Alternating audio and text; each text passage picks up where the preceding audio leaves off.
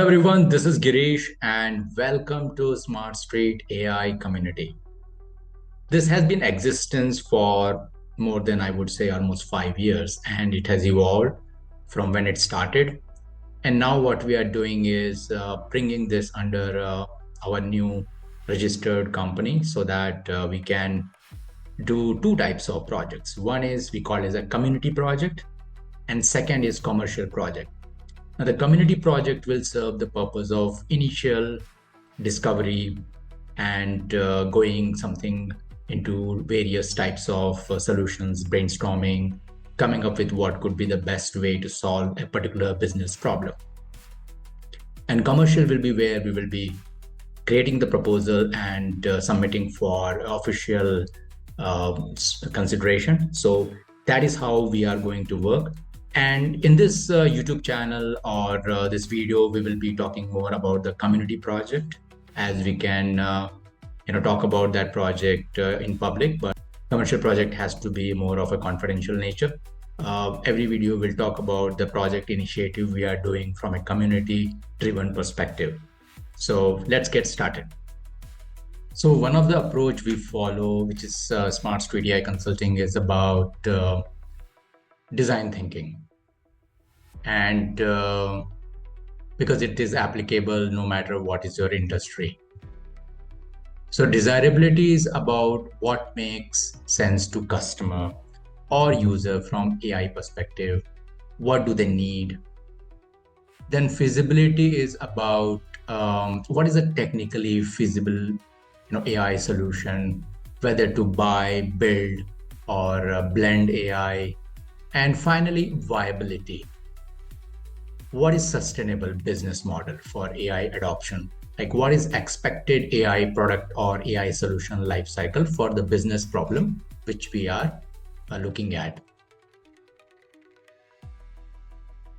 Now this is an example of a sprint. It can vary, but we look at discover, explore the business problem, and then we define, which is understand the business problem. Then we design, which is more about describe the business problem in detail with the business flow, technical flow, things like that. And then develop here is about provide solution for the business problem, what could be the possible options. And delivers, which is like deploy solution for the business problem. Here we recommend and see what could be the next steps and things like that. It is mostly 2-week sprint, but it can vary based on the scope of the business problem, and it is iterative in nature, so it can span over multiple sprints. So this is in follow-up with the project we are looking at traffic management, and there is interesting news which has come out. First in India, now say traffic signal countdowns on phone. Very interesting, very innovative. So it says with timers visible beyond each junction on Mapple's app, commuters can anticipate delays more accurately. So Mapple's is similar to Google Maps. It's an answer from India, homegrown, India's app. So what it says, this news is about motorists in the city can now check the traffic signal countdown at the next junction on their mobile phones. Bangalore Traffic Police, in collaboration with the navigation app Mapples, have introduced a new feature that displays real-time signal timers along a commuter's route, a first of its kind in India.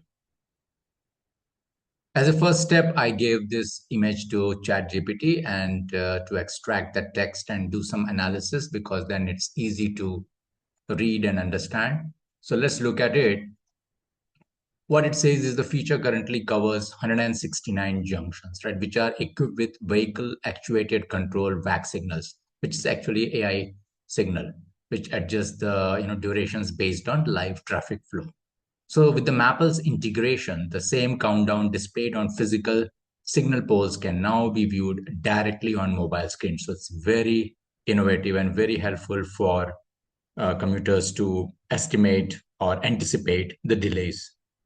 So here it says the initiative addresses one of the main complaints against the VAC system.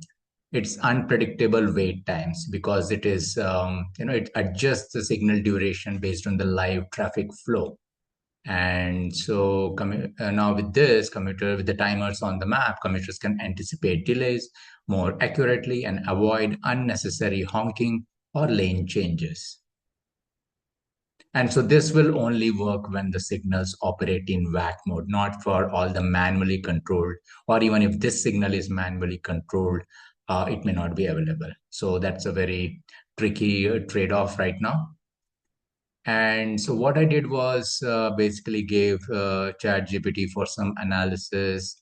So it has highlighted the summarize all the information in this news, which is about 169 junctions will be covered.